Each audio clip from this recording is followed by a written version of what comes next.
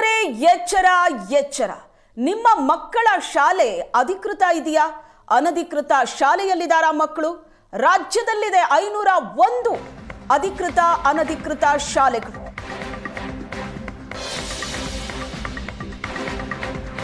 ರಾಜ್ಯದಲ್ಲಿ 501 ಅನಧಿಕೃತ ಶಾಲೆಗಳಿದೆ. ಏಷ್ಯಾನೆಟ್ ಸುವರ್ಣ ನ್ಯೂಸ್ ಬಳಿ ಇದೆ ಅನಧಿಕೃತ ಶಾಲೆಯ ಪಟ್ಟಿ.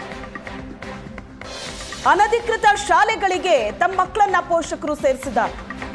2025-26ನೇ ಸಾಲಿನ ಶೈಕ್ಷಣಿಕ ವರ್ಷ ಈಗ ಪ್ರಾರಂಭ ಆಗಿದೆ. ದಾಖಲಾತಿ ಮುಗಿದ ಮೇಲೆ ಅನಧಿಕೃತ ಪಟ್ಟಿ ರಿಲೀಸ್ ಆಗಿದೆ. ಕಾಟಾಚಾರಕ್ಕೆ ಅನಧಿಕೃತ ಶಾಲೆಗಳ ಪಟ್ಟಿ ಬಿಡುಗಡೆಯಾಗಿದೆ. ಅನಧಿಕೃತ ಶಾಲೆಗಳಿಗೆ ರಾಜ್ಯದಲ್ಲಿ ಕಡಿವಾಣ ಬೀಳ್ತಾ ಇಲ್ಲ. 3 ತಿಂಗಳ ಮುನ್ನ ಅನಧಿಕೃತ ಮಾಹಿತಿಯನ್ನ ಕೊಡಬೇಕಾಗಿತ್ತು ಶಿಕ್ಷಣ ಇಲಾಖೆ. ಆದರೆ ಈಗ ಪಟ್ಟಿಗಷ್ಟೇ ಸೀಮಿತ ಮಾಡಿಕೊಂಡಿದೆ ಶಿಕ್ಷಣ ಇಲಾಖೆ. ಪೋಷಕರಿಗೂ ಕೂಡ ಇದು ಆತಂಕಕ್ಕೆ ಕಾರಣವಾಗ್ತಾ ಇದೆ. ಒಂದು ಪೋಷಕರ ಅವೇರ್ನೆಸ್ಗೋಸ್ಕರ 501 ಶಾಲೆಗಳ ಹೆಸರನ್ನು ಸರ್ಕಾರ ಘೋಷಣೆ ಮಾಡಬೇಕು. ಇಮ್ಮಿಡಿಯೇಟಾಗಿ ಆ ಶಾಲೆಗಳೇನಾದರೂ ಕೂಡ ಹೊಸ ಅಡ್ಮಿಷನನ್ನು ಮಾಡಿಕೊಂಡಿದ್ದರೆ ಆ ಶಾಲೆಗಳ ಮೇಲೆ ಸಂಬಂಧಪಟ್ಟಂಥ DDPIಗಳು ಮತ್ತು BEOಗಳು ಶಿಸ್ತು ಕ್ರಮವನ್ನು ಕೈಗೊಳ್ಳಬೇಕು. ಪೋಷಕರು ಅಂಥ ಶಾಲೆಗಳಿಗೆ ಅಡ್ಮಿಷನ್ ಮಾಡಿ ಹಣ ಕೊಟ್ಟಿದ್ದರೆ ಪೋಷಕರು ನೇರವಾಗಿ ಹೋಗಿ ಹಣವನ್ನು ವಾಪಸ್ ಪಡೆದು ಆ ದಾಖಲಾತಿಯನ್ನು ಕ್ಯಾನ್ಸಲ್ ಮಾಡಿ ಯಾವುದು ಶಾಲೆ ಅಧಿಕೃತವಾಗಿದೆ ಅಂಥ ಶಾಲೆಗೆ ಈಗಲೇ ಮಕ್ಕಳನ್ನು ಸೇರಿಸೋದು ಒಳ್ಳೆಯದು. ಈಗ ಪೋಷಕರಿಗೆ ಯಾವ ಶಾಲೆ ಅಧಿಕೃತ ಅನಧಿಕೃತ ಅನ್ನೋದು ಮಾಹಿತಿ ಇಲ್ಲದೆ ಇರೋದ್ರಿಂದ ಸಹಜವಾಗಿ ಹೋಗಿ ಅಡ್ಮಿಷನ್ ಮಾಡಿರ್ತಾರೆ. ಈಗ ಶಿಕ್ಷಣ ಇಲಾಖೆ ತನ್ನ 501 ಶಾಲೆಗಳನ್ನು ರಿಜೆಕ್ಟ್ ಮಾಡಿದೆ. ಯಾರನ್ನ ಅಂದರೆ ಇಮ್ಮಿಡಿಯೇಟಾಗಿ ಅಂಥ ಶಾಲೆಗಳ ಪಟ್ಟಿಯನ್ನು ಬಿಡುಗಡೆ ಮಾಡಬೇಕು, ಶಾಲೆಗಳ ಹೆಸರನ್ನು ಬಿಡುಗಡೆ ಮಾಡಬೇಕು. ನಂತರ ಆ ಶಾಲೆಗಳು ಹೊಸ ಅಡ್ಮಿಷನ್ ಮಾಡಿಕೊಂಡಿದ್ರೆ ಅವ್ರ ಮೇಲೆ ಕ್ರಮ ಕೈಗೊಳ್ಳಬೇಕು. ಈ ಬಗ್ಗೆ ಹೆಚ್ಚಿನ ಡೀಟೇಲ್ಸ್ ಅನ್ನ ಕೊಡ್ತಾರೆ ನಮ್ಮ ಪ್ರತಿನಿಧಿ ನಂದೀಶ್ ಸಂಪರ್ಕದಲ್ಲಿದ್ದಾರೆ.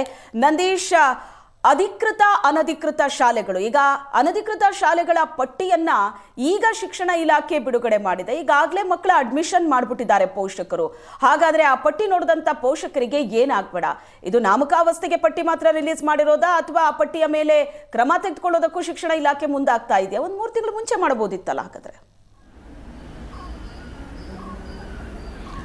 ಶ್ವೇತ, ಏನಂತಂದರೆ ಪ್ರತಿ ವರ್ಷ ಕೂಡ ಶಿಕ್ಷಣ ಇಲಾಖೆ ಅನಧಿಕೃತ ಶಾಲೆಗಳ ಪಟ್ಟಿಯನ್ನು ಶಾಲೆ ಪ್ರಾರಂಭ ಆದಮೇಲೆ ಬಿಡುವಂಥ ಒಂದು ಚಾಳಿಯನ್ನು ಮುಂದುವರಿಸ್ಕೊಂಡು ಬಂದಿರುವಂಥದ್ದು. ನಾವು 2020 ಮತ್ತು 21, 22, 23 ಮತ್ತು 24, 25ನೇ ಶೈಕ್ಷಣಿಕ ವರ್ಷದಲ್ಲಿ ಸುಮಾರು 1600ಕ್ಕೂ ಹೆಚ್ಚು ಅನಧಿಕೃತ ಶಾಲೆಗಳನ್ನು ಸರ್ಕಾರ ಪಟ್ಟಿಯನ್ನು ಬಿಡುಗಡೆ ಮಾಡಿತ್ತು ಆ ಸಂದರ್ಭದಲ್ಲಿ. ಆದರೆ ಈಗ 25 ಮತ್ತು 26ನೇ ಶೈಕ್ಷಣಿಕ ವರ್ಷದಲ್ಲಿ ಈಗ 501 ಅನಧಿಕೃತ ಶಾಲೆಗಳನ್ನ ಪಟ್ಟಿಯನ್ನು ಈಗ ಶಿಕ್ಷಣ ಇಲಾಖೆ ಬಿಡುಗಡೆ ಮಾಡಿರುವಂಥದ್ದು.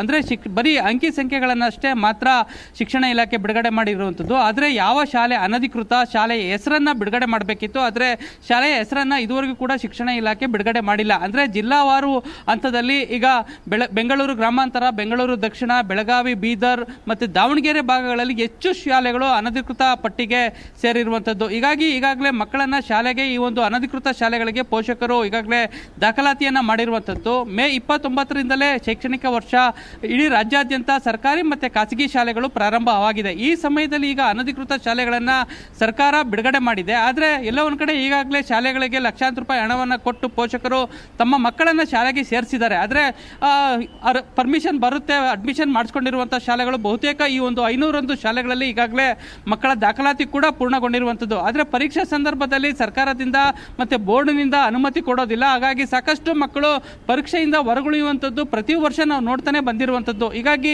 ಈ ವರ್ಷ ಕೂಡ ಸುಮಾರು 501 ಶಾಲೆಗಳನ್ನು ಈಗ ಶಿಕ್ಷಣ ಇಲಾಖೆ ಬಿಡುಗಡೆ ಮಾಡಿದೆ. ಜೊತೆಗೆ BEO ಮತ್ತು DDPI ಹಂತದಲ್ಲಿ ಸಾಕಷ್ಟು ಭ್ರಷ್ಟಾಚಾರಕ್ಕೆ ಇದು ಕಾರಣವಾಗುತ್ತೆ ಅನ್ನುವಂಥದ್ದು. ಯಾಕೆಂತಂದ್ರೆ 3 ತಿಂಗಳು ಮತ್ತು 4 ತಿಂಗಳು ಮುಂಚಿತವಾಗಿ ಜನವರಿ ಸಂದರ್ಭದಲ್ಲೇ ಈ ಒಂದು ಅನಧಿಕೃತ ಶಾಲೆಗಳನ್ನ ಪಟ್ಟಿಯನ್ನ ಸರ್ಕಾರ ಬಿಡುಗಡೆ ಮಾಡಬೇಕಿತ್ತು. ಪ್ರತಿ ವರ್ಷ ಕೂಡ ಪೋಷಕರು ಮತ್ತು ಸರ್ಕಾರಕ್ಕೆ ಇದನ್ನೇ ಕೇಳ್ತಾ ಬಂದಿರುವಂಥದ್ದು. ಯಾಕೆಂತಂದ್ರೆ ಜನವರಿ ಸಂದರ್ಭದಲ್ಲಿ ಅಡ್ಮಿಷನ್ ದಾಖಲಾತಿಯನ್ನ ಖಾಸಗಿ ಶಾಲೆಗಳು ಪ್ರಾರಂಭ ಮಾಡಿಕೊಳ್ತವೆ.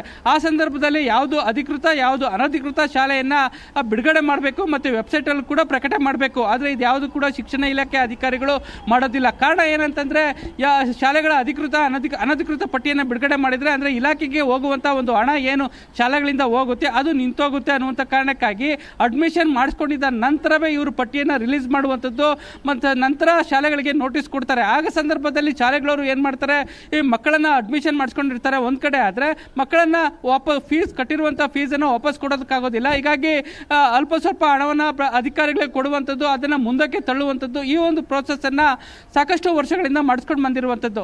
ಸುಮಾರು 1600ಕ್ಕೂ ಹೆಚ್ಚು ಶಾಲೆಗಳು 23 ಮತ್ತು 24ನೇ ಶೈಕ್ಷಣಿಕ ವರ್ಷದಲ್ಲಿದ್ದವು. ಹಾಗಾಗಿ ಇಡೀ ರಾಜ್ಯಾದ್ಯಂತ ಪೋಷಕರು ಸಾಕಷ್ಟು ಪ್ರತಿಭಟನೆಯನ್ನು ಮಾಡಿದರು ಮತ್ತು ಹೋರಾಟಗಾರರು ಕೂಡ ಪ್ರತಿಭಟನೆ ಮಾಡಿದ ಫಲವಾಗಿ ಈಗ 501 ಶಾಲೆಗಳಿಗೆ ಈಗ ಅನಧಿಕೃತ ಶಾಲೆಗಳು ಇಳಿಕೆ ಆಗಿರುವಂಥದ್ದು. Shweta. Yes, thank you Nandish, ನಿಮ್ಮೆಲ್ಲ ಡೀಟೇಲ್ಸ್.